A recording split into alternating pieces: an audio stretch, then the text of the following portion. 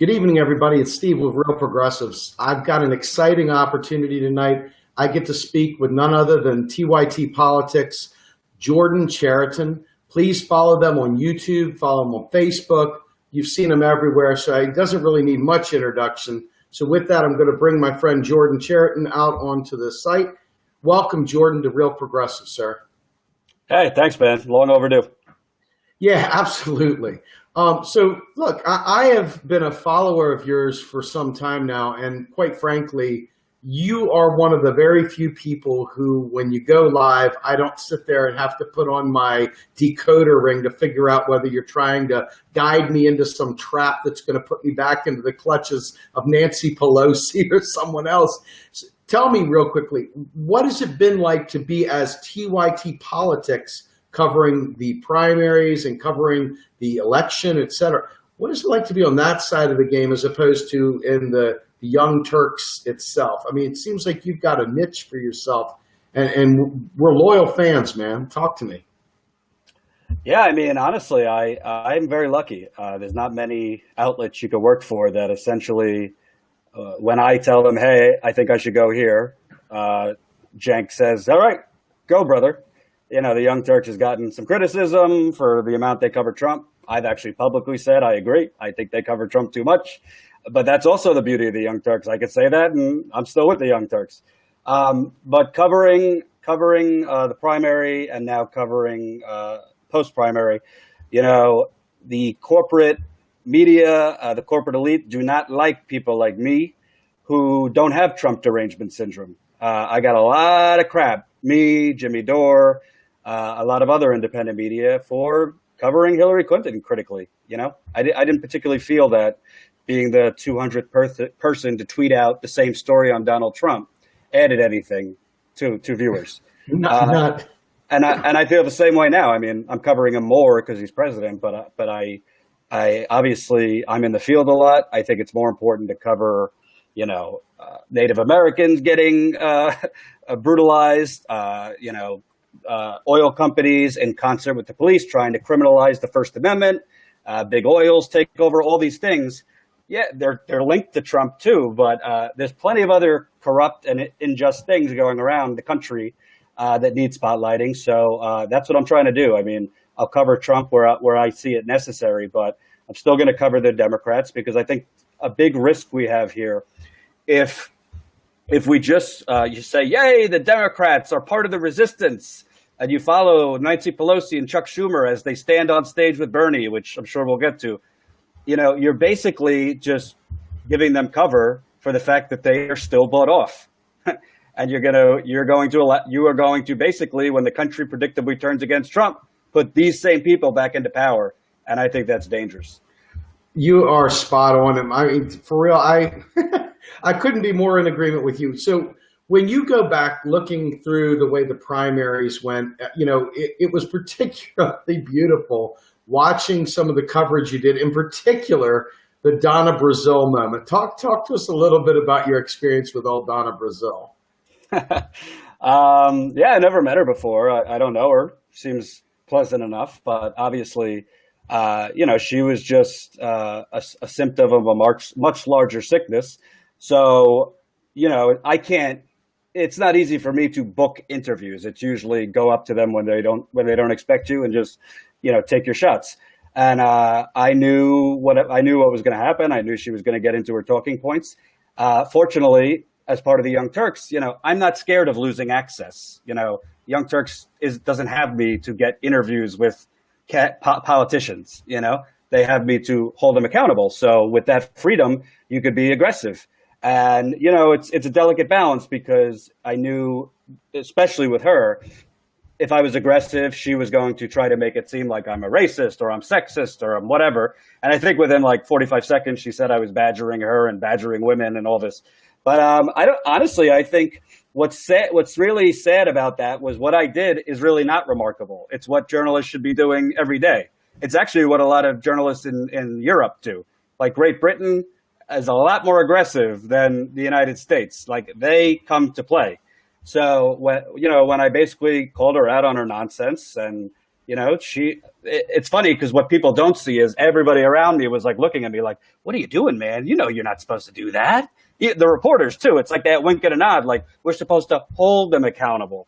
So it was great. And towards the end, I mean, I was just getting exhausted with the bullshit. So I just walked away. But basically, what really stands out to me about that is when you actually are aggressive, and I mean aggressive, with an establishment person like her, they don't know what to do. I mean, I don't know if you saw towards the end, she was repeating herself over and over again, and it was almost like stuttering because like she's not used to that. So I think that's what needs to be done, and I'm going to keep doing it. It's fantastic. So most of us, when we watch this happen, we're just like, fist in the air, excited. What is it that it's like to be coming up to these people and see them like getting in the sprint run to get away from you? I mean, do they take it in good stride, or are they like literally like sprinting for the door? More and more, they're sprinting for the door. I'm gonna have to start wearing a wig or something. But in those situations, it's after the debate. They are situated in one spot. Reporters are supposed to come around them, but a lot of times, I was just in North Dakota. I had to wait for an ATF officer who just lied repeatedly on the stand to come out after the court case, and I followed him. So I'm kind of like Fox News's Jesse Waters without the racism and stupidity. But unfortunately that's what you have to do. And some of my colleagues now, when you press like Tom Perez, Nomiki pressed him, and they're running away. So it's again, obviously, I think Young Turks is great, but they're running away because nobody else does this, and they don't want to have to answer off script, and they don't know how to answer off script because they're spineless, soulless.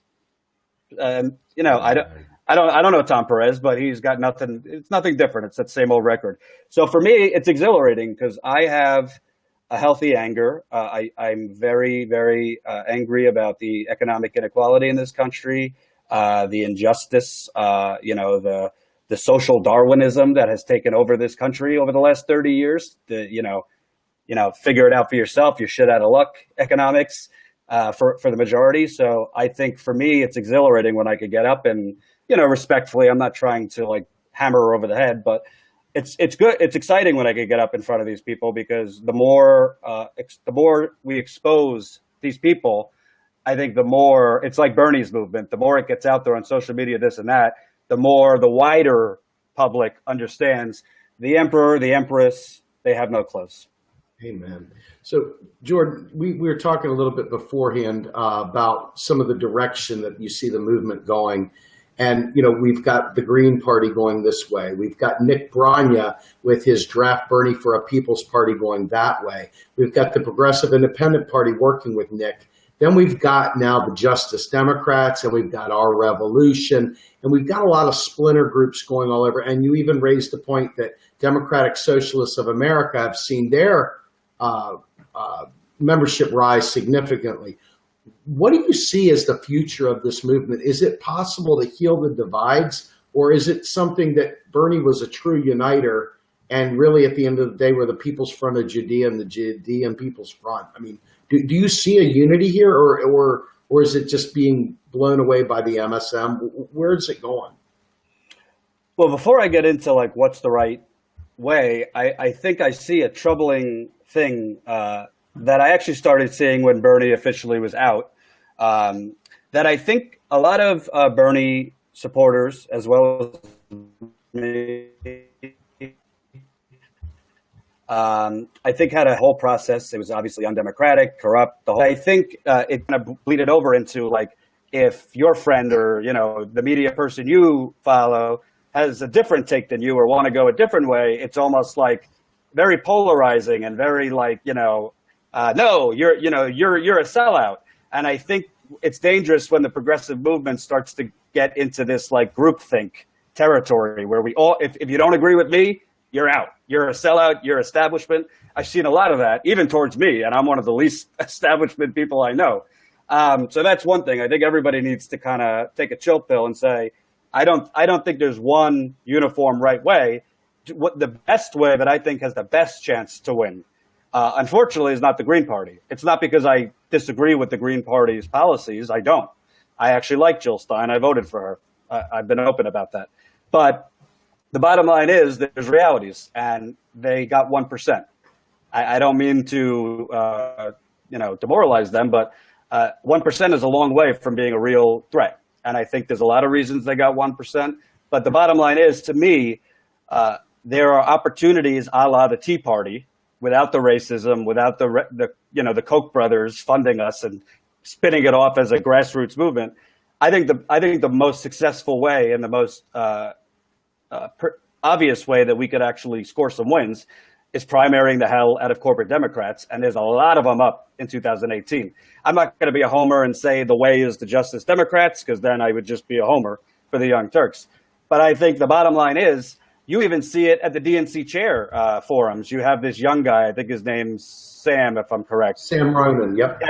I mean, he's scaring the hell out of these people, and he's speaking truth. I mean, I've seen his clips, and it's like, yeah, if it was actually a fair process where it wasn't elite, Democrat corporate shills voting, that guy would win in a landslide. If people like him run, against, the Chuck Schumers of the world, the Nancy Pelosi's of the world, the Dick Durbins of the world, I could go on, with Bernie's movement, these millennials galvanized. Why do Democrats always lose midterm elections? Because young people don't show up. It's old rednecks who show up, and conservatives win midterm elections. Yeah, there's gerrymandering, but they who love, I think, the way to go. Bottom line is, I think the quickest way to electoral victory is a hostile takeover of the Democratic Party. I don't think the Green Party is going to get it done in the time necessary. All these people, I go across the country, we're not at. I talk to thousands of people a month. People are suffering. And I think the quickest way, getting more progressives in Congress in 2018, and if Trump's still president, he might be impeached by then. God willing, I hope Bernie runs again, or Tulsi Gabbard, or somebody else. So, Jordan, I want to throw this at you. I was going to avoid it, but given the tenor of where you're going with the Justice Democrats, I think this is my most important issue as it pertains to them. Neoliberalism isn't just I am a bad person and I take corporate donations and I'm on the take. Neoliberalism is something that started, in the early 70s, maybe even the 60s, going back to the Labour Party in England. But neoliberalism is basically the idea that the federal government can't spend on people. It really comes down to pushing monetary policy, which in essence is the financialization of our entire economy. And that's why you saw the wealth gap grow. What I'm seeing, and it's very, very sad, because people assume that the only solution to neoliberalism is not taking corporate donations. While that's certainly a good start, that's more corruption to me than neoliberalism. Neoliberalism means, hey, I'm willing to spend again. I'm willing to re-kickstart Congress's spending and actually start spending on the 99% and kick Milton Friedman the hell out of here. And let's go ahead and stop and shrink that wealth gap. I don't see that kind of policy being touted by the Justice Dems. I don't see it being touted by Our Revolution even. I don't see it being touted by any of them, because even now they've assuaged Bernie's campaign. If you go back, Stephanie Kelton was Bernie's economic advisor. And most people don't even know who the hell she is. But she is an MMT aficionado, and I am an MMT evangelist. And that's literally where I live, because it's the answer to getting a Green New Deal. It's the answer to getting Bernie's $33 trillion spending package. And so I ask you this because I don't see anyone covered. I think I've seen Kyle once maybe mention, maybe more than that. I don't want to sell him short. I have seen him mention it before. I've seen several people mention it in passing before. But the reality is there is no progress. As long as you believe that we've got to reduce the deficit, that is economically illiterate to say we got to reduce the deficit. And to worry about a debt that we can keystroke out of existence it is unfathomable to me that anybody could say they're progressive and live in a fiscally conservative mindset. So without preaching here, I guess my question to you is this. What do you see as the separator outside of just, we're not going to go ahead and take corporate donations? How do you evangelize the actual platform that Bernie ran on so that people understand it? Because right now, I'm telling you, I get to preach to a couple hundred people a night, and then it gets shared and so forth. I don't think that we're going to end up having progressives get elected that think they're really, really doing great things, but they're still living a neoliberal lifestyle. That's my greatest concern, all the way across the board. Couple things. Number one, you believe it or not believe it, what the Justice Democrat platform. I've literally home beat over the last 6 months for single payer. I haven't read their. No. In general, knowing Cenk, I mean, having spent a lot of time with him, I know he's for all the things you just spoke about. So again, I don't know their platform, like, I'm not that literate on it, but I know that really what he's looking at is we need to win. Focus on, the purity test if we want, but we got to get progressives in. Now, some of those progressives might not be as progressive as you or me, but when you're looking at those progressives first, let's say Schumer, or let's say Pelosi, or let's say John Lewis, who I say is a hero, but I criticize otherwise, and I get shit on. Maxine Waters. I mean, I could go on and on. I think the problem is people want like the whole loaf, and we have to take better than what we have now. Now, does that mean incrementalism? No, because I think knowing Cenk, knowing Kyle, knowing what they actually stand for. I mean, Cenk. If you said to him, I want $1 trillion on infrastructure tomorrow, he'd be there. If you said to him, I want $1 trillion on, direct quantitative easing into these inner cities that Donald Trump likes to talk about, I've never really heard him. I can't speak that about justice, because obviously, I'm promoting it simply about his. To get the Seattle City Council progressives in office, and to me, it's primary these corrupt Democrats. We have already seen game is played. Speaking about better off county, bless him. After that election, he should have came out and said, I told you so, and galvanized his movement against these same Democrats. That's where he made a mistake. We need progressives that will do that, because there's plenty of actual progressives that will come and vote 2 years from now in November and put progressives in Congress. Okay, I can buy that. So real quick, while I'm talking, just do me a favor and reseat your headphones real quick, because we're getting a break or two in your like right at the jack. There you go. Thank you very much, man. I appreciate it.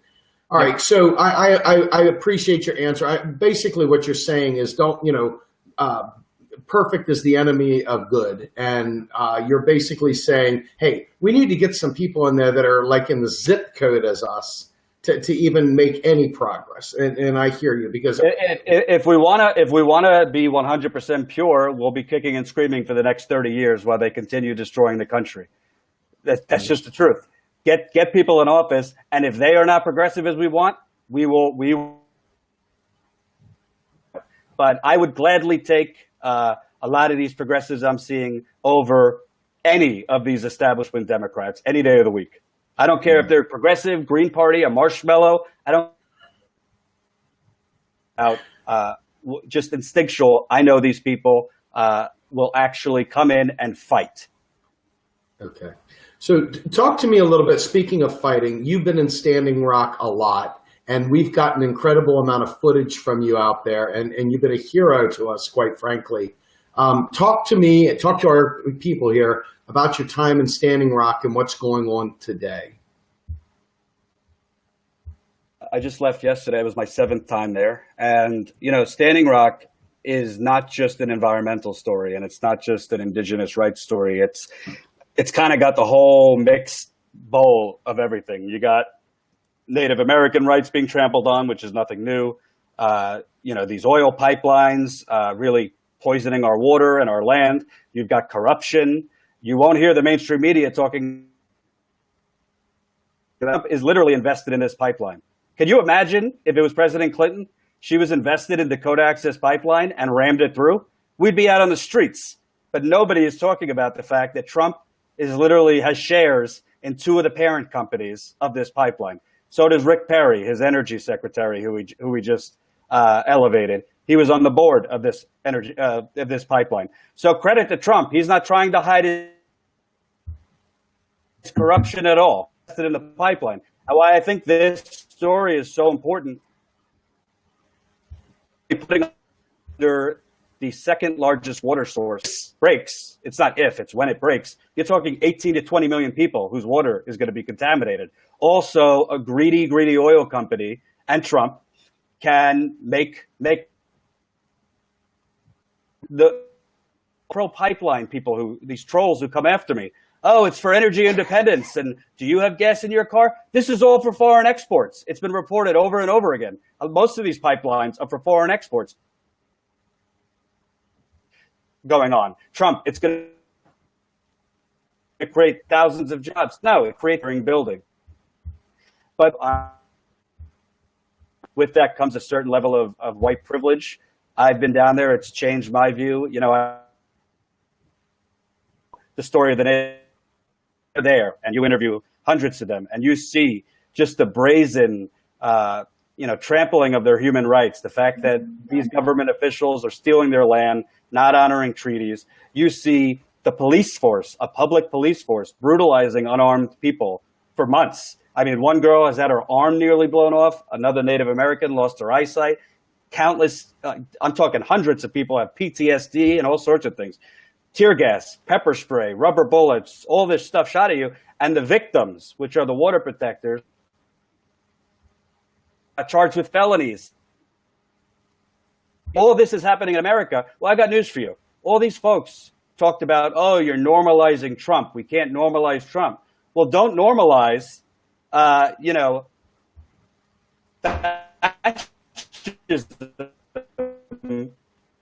developing,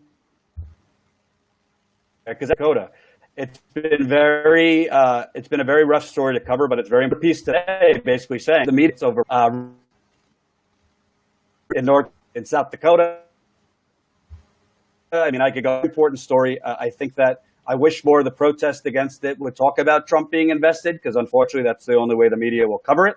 They will only cover something if it involves Donald Trump and possible ethics breaches.